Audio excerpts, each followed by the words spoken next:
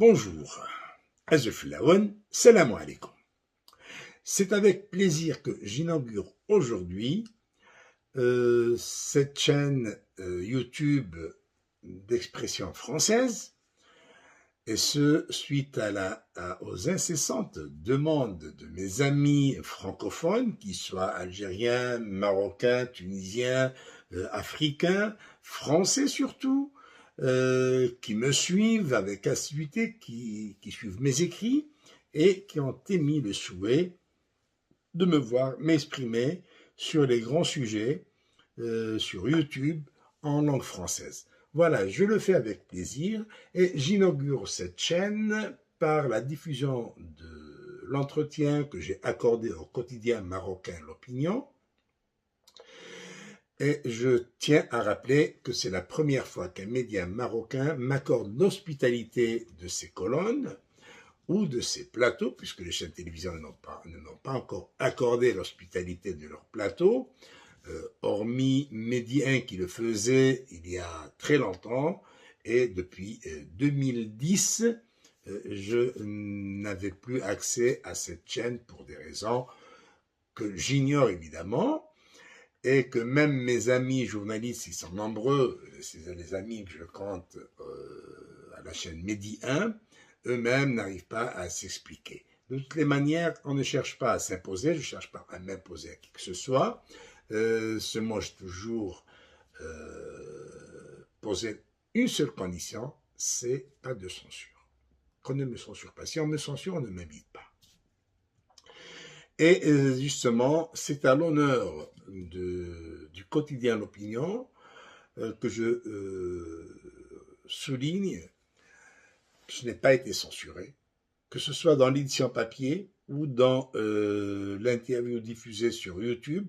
Ils ont repris intégralement mes propos, tout en soulignant, et ils l'ont reconnu, tout en soulignant dans le chapeau qui a accompagné l'interview sur le journal papier, ils ont souligné par les francs et phrasés bruts, l'homme connu pour son exécration du régime algérien qu'il qualifie de bande de voyous ne mâche pas ses mots, aussi bien à l'encontre de ces derniers qu'à l'encontre du Maroc, concernant lequel ses positions et propos borderline sont à prendre dans leur entièreté. Interview incisive et sans filtre. Et voilà, parce que moi je ne fais pas de cadeau au régime. Je fais toujours la distinction entre les peuples et les régimes. Et d'ailleurs, dans cette interview, dans cette partie que vous allez suivre, et lorsque on m'interroge sur cette escalade entre l'Algérie et le Maroc, sur l'éventualité d'une guerre, je demande aussi à ce qu'on fasse la distinction entre l'Algérie et la bande de voyous qui la gouverne, qui s'est imposée à elle. Ça, je dis partout. Je ne veux pas que l'image de l'Algérie soit entachée de quoi que ce soit par la faute de voyous qui étaient hier sbires et larbins de ceux qu'ils ont mis aujourd'hui en prison, mais ils continuent à faire les mêmes pratiques, sauf que cette fois de manière beaucoup plus vile, et c'est malheureux de constater que l'Algérie aujourd'hui est dirigée par des voyous qui l'amènent droit au mur. Alors, je vous laisse suivre cette première partie et je vous donne rendez-vous pour la deuxième. Mesdames et messieurs, bienvenue dans un nouvel épisode des Rendez-vous de l'Opinion, dans lequel on va parler de la crise diplomatique entre le Maroc et l'Algérie. Depuis les années 80, jamais les deux pays ont été aussi proches de la confrontation directe. Nous avons invité M. Hicham Aboud, écrivain et journaliste algérien, pour nous donner sa lecture de la situation actuelle. M. Aboud, marhaba bik. Merci de m'avoir invité pour m'adresser à votre lectorat et à tous les téléspectateurs maghrébins, puisque cette vidéo va être aussi diffusée sur la Aboud TV, pour vous faire connaître un petit peu mon opinion pour tout le monde, pour tous les Algériens et les Marocains. Monsieur Hicham Aboud, notre première question, sommes-nous au bord d'une guerre entre le Maroc et l'Algérie? Avant de répondre à la question, permettez-moi de dire qu'entre l'Algérie et le Maroc, il n'y a aucun conflit, il n'y a aucun problème. Cependant, il y a un problème entre une bande de voyous, et je pèse bien mes mots, une bande de voyous hors la loi qui s'est imposée à la volonté des Algériens, s'est imposée par la répression, par le sang, par le feu, et qui a pillé les richesses de l'Algérie, qui a volé les biens des Algériens, qui a volé aussi la révolte des Algériens du 22 février 2019. Je dis bande de voyous, pourquoi ? Parce que ce sont des gens qui ne se soumettent à aucune loi.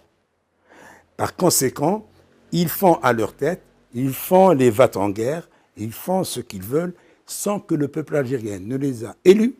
Ils n'ont jamais élu ces gens, n'ont jamais cautionné leur gouvernance. Ils se sont imposés aux Algériens. Et aujourd'hui, ils sont belliqueux, ils font, que ce soit avec le Maroc, avec la France, avec l'Afrique, avec le monde arabe. D'ailleurs, aujourd'hui, l'Algérie se trouve, par la faute de cette bande, se trouve isolée. Et quand je dis bande, ce n'est pas moi qui ai inventé le mot, c'est Feu Gaïd Salah, l'ancien chef d'état-major de l'armée, qui a désigné Tebboune à la tête de l'État algérien, ce qui reste de l'État algérien, parce qu'ils ont détruit l'État algérien, ces gens-là. Et c'est lui qui a désigné tout ce beau monde de bandes, hein, Issaba, il a appelé ça Issaba.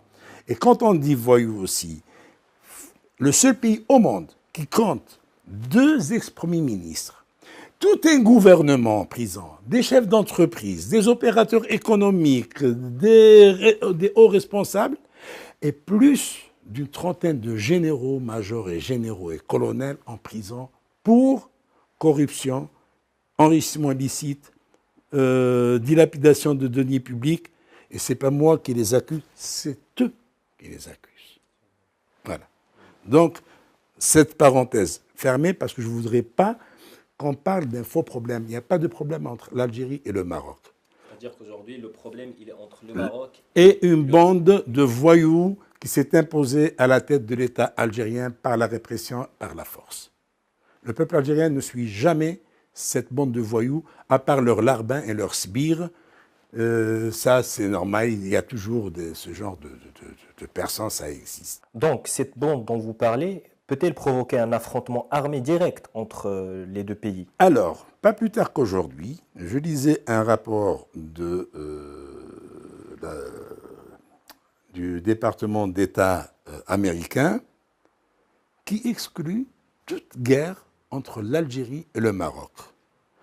Parce qu'une guerre n'est pas le fait d'un pays ou de 2 pays belligérants, quel que soit le problème qui se trouve entre eux. D'autant plus que Alger fait cavalier seul dans cette belligérance, dans ses menées hostiles au Maroc, fait cavalier seul et n'a la caution d'aucune puissance, pas même de la Russie, qui est son allié stratégique et historique. Pour les Américains et pour l'Union européenne, l'Algérie des voyous, de ces voyous-là, hein, pas notre Algérie à nous. L'Algérie de ces voyous, c'est un élément perturbateur et déstabilisateur dans la région. Donc, parler d'une guerre, d'une confrontation armée entre l'Algérie et le Maroc, c'est exclu pour 2 raisons. La communauté internationale, les grandes puissances, les États-Unis, l'Union européenne font tout pour empêcher cette guerre. Et il ne peut pas y avoir de guerre d'une seule part, sinon il va y avoir agression. Il va y avoir agression. 1. La deuxième raison, le commandement militaire de l'armée algérienne n'a pas confiance en l'armée algérienne. Parce qu'il est complètement détaché de cette armée. Et pour preuve, chaque fois qu'un officier supérieur est mis à la retraite, il est envoyé directement en prison sous une fallacieuse accusation d'enrichissement illicite, de corruption, etc. Dernier en date, le général-major Qaïdi Mohamed, qui était pratiquement hors de toute accusation. Il se retrouve aujourd'hui accusé de détournement, d'enrichissement illicite, etc. Et donc, il a déjà un pied en prison s'il ne l'est pas déjà. Donc, suite aux actions hostiles de cette bande, devrons-nous s'attendre à un affrontement armé entre les deux pays? Encore une fois, ce n'est pas l'Algérie. C'est cette bande qui gouverne. Pourquoi elle cherche à provoquer, à allumer le feu d'une guerre? D'ailleurs, elle est incapable de faire la guerre. Elle cherche à faire diversion. Elle cherche à faire diversion. Pourquoi diversion? Parce que d'abord, à l'intérieur, en Algérie, il y a une grave crise socio-économique. Et ça, tout le monde le sait. Tout le monde le sait, les gens ne sont pas ignares. Il y a une grave crise sociale. Donc, une explosion sociale est attendue d'un jour à un autre. Ils ont la phobie du Hirak. Le Hirak qui a fait tomber une partie de la bande de voyous qui étaient au pouvoir et qui est aujourd'hui en prison, et d'autres qui ont échappé. L'autre partie, qui est aujourd'hui au pouvoir, et qui est composée d'anciens sbires, d'anciens larbins, de ceux qui sont aujourd'hui en prison.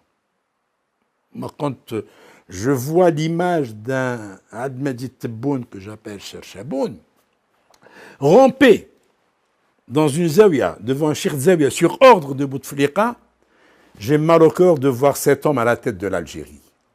L'Algérie de Ben Mehdi, de Ben Boulaïd, de Abban Ramdan, d'un million de martyrs, ne mérite pas d'avoir un homme de cette espèce-là, qui rampait, je dis bien rampait, il marchait à quatre pattes devant un chef de zawiya, un cheikh de zawiya, ça je ne peux pas l'admettre. Donc, cette diversion qu'il cherche à faire, c'est pour détourner l'opinion publique algérienne, et deuxièmement, c'est pour essayer de se rallier cette opinion algérienne. Mais les Algériens ne sont pas dupes. Ils pensent que les Algériens vont les suivre parce qu'ils ne connaissent pas les Algériens. Les Algériens ne sont pas dupes. Les Algériens ne croient nullement en leur thèse de belligérance avec le Maroc. N'oubliez pas qu'ils ont besoin donc d'un ennemi extérieur, ils ont aussi besoin d'un ennemi à l'intérieur. Ils ont besoin du terrorisme pour survivre. Donc, on colle l'étiquette de terroriste d'abord à des individus, y compris moi-même, le 23 mars 2021, le procureur de la République du tribunal de Bir Mourad Raïs me cite dans